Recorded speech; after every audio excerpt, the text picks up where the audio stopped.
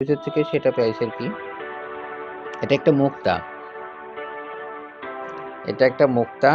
দেখেন অনেকখানি লম্বা, কিন্তু দেখেন আমি আঙ্গুলের উপর ধরছি, দেখেন দেখেন প্রায় 2 কর হবে আর কি। মানে ধরেন 1 ইঞ্চির বেশি হবে, এটা 1 ইঞ্চির বেশি হবে।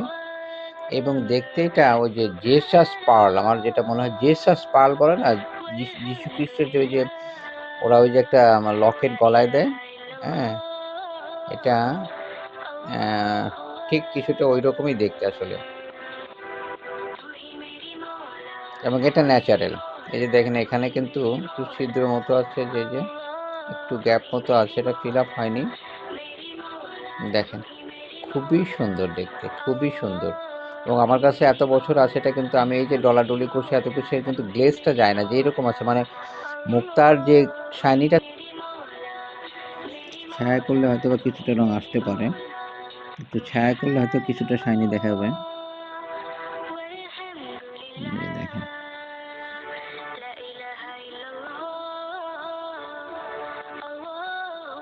মানে লাইট বেশি পড়লে মানে এটা আসলে অন্যরকম কালার হয়ে যায়।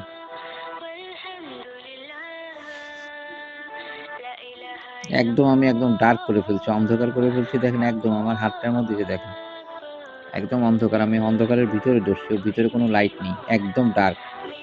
আপনারা দেখেন ডার্কের ভিতরে দেখেন কিরকম দেখা যাচ্ছে, অন্ধকার, টোটালটা অন্ধকার। এই যে একটু করে ছালো ছাড়লে তখন এই যে গ্লেজটা বাড়ে, যে দেখেন। আপনারা এর আগে কেউ দেখছেন না কিরকমও জানাবেন। অনেকটা বড় এবং পার্লটা এই শেপের, মানে পার্লের শেপটা। আমি এটা আমার ডয়ারে আটকে রাখছি বহুত বছর, বের করিনি।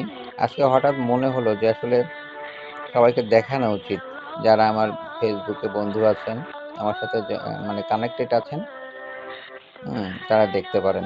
এই যে মানে তাদের দেখানোর জন্য আসলে আমি এটা বের করছি।